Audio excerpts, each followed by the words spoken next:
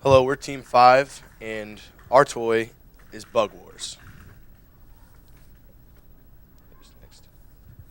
So to introduce, what we wanted to do was we wanted to create a toy that involved something for little boys and guys like guns and cars. So that's kind of what we wanted to go with, and we started with an idea of Transformers. So what we came up with was a remote control bug that has a missile cannon on top, and you can attach it to your arm, so then you can go out and kill the other bad bugs that are out there, because there's a big issue, and we're at war with the robot bugs, so we're taking them out. We age for the 6 to 12-year-old boys, and it's an imaginative freestyle play. There's really no rules. You're just going out and shooting people or stuff, whatever you want to do. And so that's the basis of our toy. So as we began design, we went through a lot of brainstorming, and then we figured out, okay, we know what we want to do. We know what our parts want to look like generally. So we got on CAD. We started making them, and as we designed them in CAD, we had to do a lot of updates because there was size requirements and just how we're going to fit everything together. So we kept updating our models, and then we created the SLA models, and that is our build design right there with all our pieces.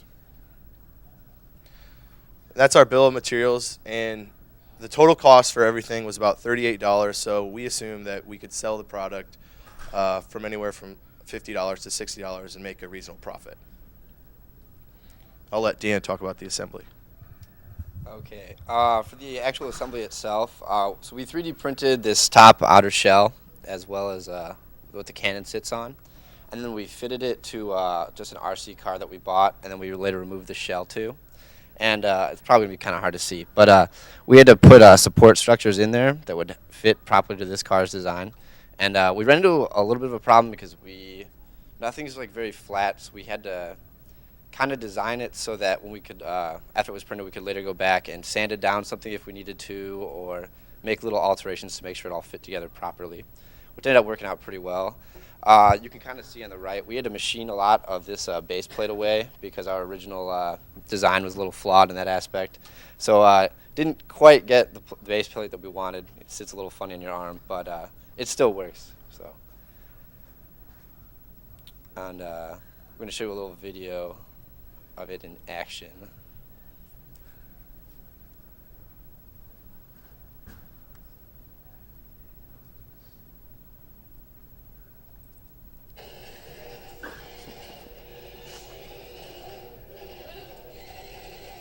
Okay, well, we can just show you it in action because it's not terribly complicated.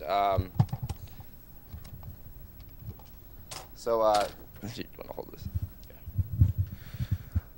So normally you can drive around like a normal RC car.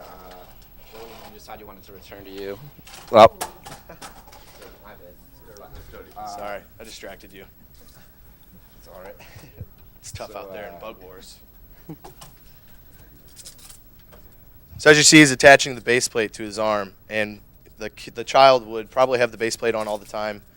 That way, they were able to take it on and off as they please. Yeah. And the attachment method is just Velcro. We wanted to have a better connecting mechanism way to do that. And then the missile fires. We're hoping that kids don't shoot the eyes out, but you can't control them, so.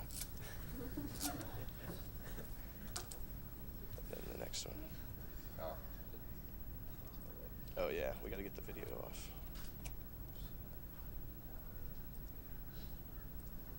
Okay. Then I'll let Abe talk about the complications and how we solve those. Yeah, so we had way too many complications with this. The first thing was there was too little of an internal space for the cannon on top, and so we just had to stick it on top of this. And the size of the bug in relation to the child's arm, I mean, look at my arm, it's quite small, and this fits quite big one, it's huge. For an 8-year-old, it would be pretty big, I assume, and yeah, they would just end up hitting themselves trying to work it out. And as Dan said, our base plate was kind of flawed, and we had to machine it out so that we could fit it in with the car's mechanism and the bug. And it doesn't quite fit on your arm well, but it works. And Yeah.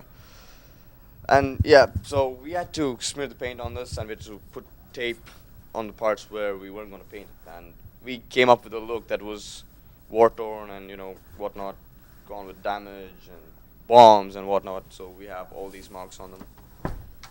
So, and this is our internal cavity. That was our initial design, in fact, with what we came up with. Looks way too different from what we have now, but that's what happens when you iterate and keep thinking about it. So we have many recommendations for this. One would be to, obviously have a smaller part, use a smaller car, an RC motor also, and redesign the RC motor. And you can have multiple cannons coming off from the sides, from the top, from the front. And then again, we would need better error mechanisms to reload the cannons as well, because you want it to be able to shoot when it's rounding around the ground. So that's one thing we can look at. So yeah, any questions? Can you just talk a little bit more about the design? I saw when you lifted it, there's a toy car underneath it, and then there's looks like some kind of lever switch on the top. Can you talk a little bit more, besides the rapid prototyping, about the design that went into it? Well, the lever switch that's on here is the on and off switch for the car. Oh, the white thing? You can talk about that, I guess. So that came with the car. That's to adjust the steering because, as you might have saw when I was going straight, it kind of veers to the left. And I'm not exactly sure what's up with the mechanism, but every time you get it out to play, you kind of have to adjust it so that it goes straight. And then, yeah, that's basically it.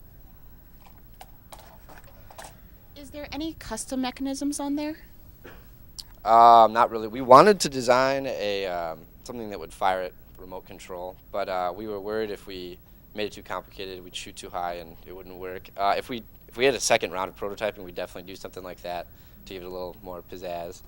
But we didn't want to shoot too high on the first one just in case it didn't work. We didn't want to have a broken toy. I don't think you guys should just market it towards guys. Like if you just change the colors to make it be guys and girls. Oh yeah, that was a. Oh, I'll leave. Yeah.